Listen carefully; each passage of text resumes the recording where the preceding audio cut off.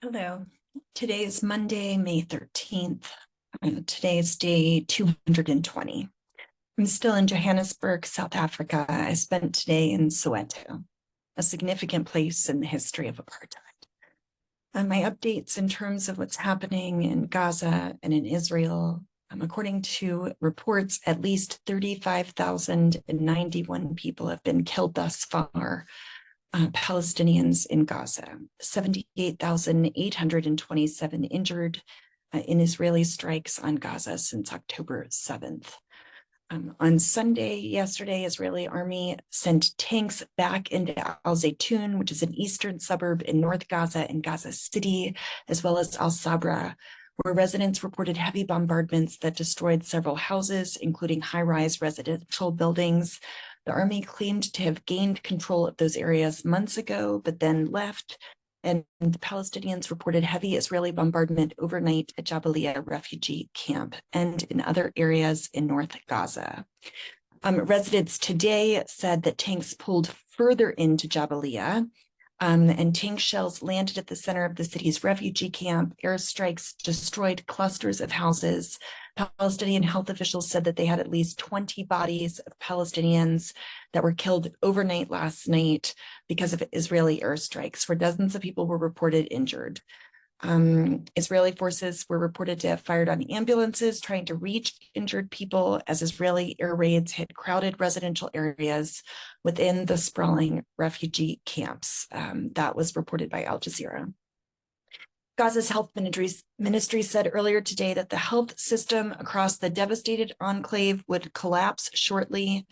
A few hours separate from us, the collapse of the health system in the Gaza Strip because of failure of fuel to reach the operating electricity generators in hospitals, for ambulances, and for transportation.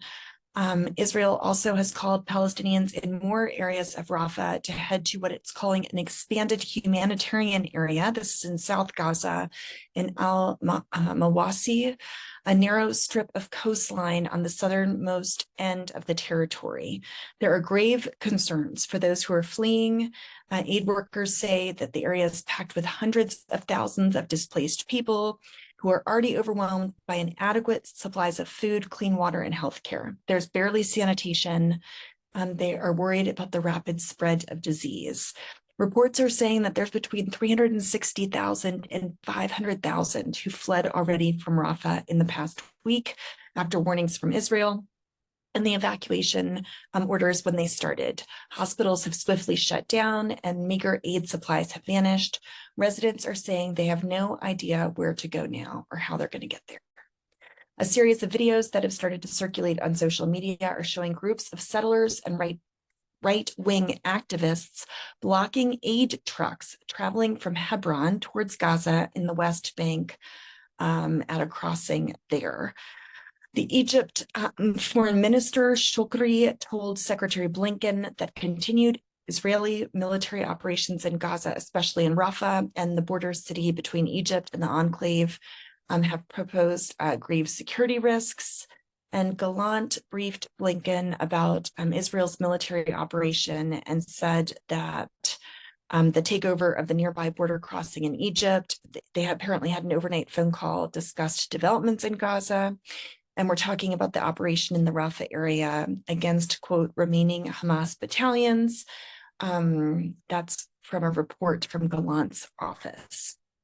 Hezbollah fighters on the border between Lebanon and Israel fired a guided missile at an Israeli tank across the border this morning, Monday morning, destroying it after closely monitoring the enemy's movements, according to a group statement. The Israeli army said that 2 anti-tank missiles crossed from Lebanon into the area of Yifta, which is a kibbutz on the border. 4 Israeli soldiers were injured, according to reports. In the United States, U.S. Secretary of State Blinken has defended the decision for the U.S. to withhold or at least pause the delivery of 3,500 bombs over concerns that they could be used in Rafah. The US is still saying that Israel does not have a credible plan to protect the civilians that are sheltering there. And Joe Biden made clear to Israel that if they launch a major military operation to Rafah, then certain systems that we're not going to be supporting and supplying for that operation. So that was apparently, Blinken told ABC News that. Now, the big question is, what's a major operation? I mean, already 300 to 500,000 people have been displaced. If this is not a major operation, then what is the big question.